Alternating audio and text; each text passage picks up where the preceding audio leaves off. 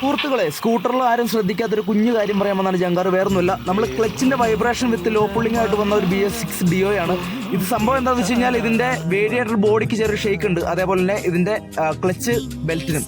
സംഭവം വേറൊന്നുമല്ല, ഈ ബോഡിയിൽ ഇതിനൊരു സ്ലീവ് ഉണ്ട്, ആ സ്ലീവ് ശരിക്കും പോയിട്ടുണ്ട്. അപ്പോൾ തീരുമാനം വന്ന ഭാഗമാണ്. അങ്ങനെ ചെക്ക് ചെയ്തപ്പോൾ ഇതിന് ഓയിൽ ലീക്ക് ഉണ്ട്, അതായത് ക്രാങ്ക് ഓയിൽ സീൽ വിത്ത് ഓറിങ് പോയതാണ്.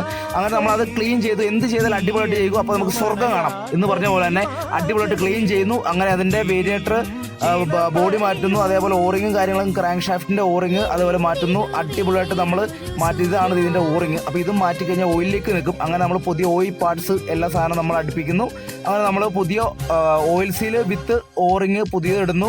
അങ്ങനെ നമ്മൾ പുതിയ എല്ലാം നമ്മൾ അത്യാവശ്യം നല്ല രീതിയിൽ സ്ലീവ് അതേപോലെ വേരിയേറ്റർ ബോഡി പുതിയതിട്ട് നമ്മൾ വണ്ടി ഷെയറാക്കുന്നു. ഒരു രക്ഷയില്ല, ഒടുക്കത്തെ പുള്ളിങ്, അതേപോലെ നോ വൈബ്രേഷൻ. വീഡിയോ ഇഷ്ടപ്പെട്ടാൽ ഫോളോ ചെയ്യാൻ മറക്കരുത്. അടുത്ത വീഡിയോ കാണാം.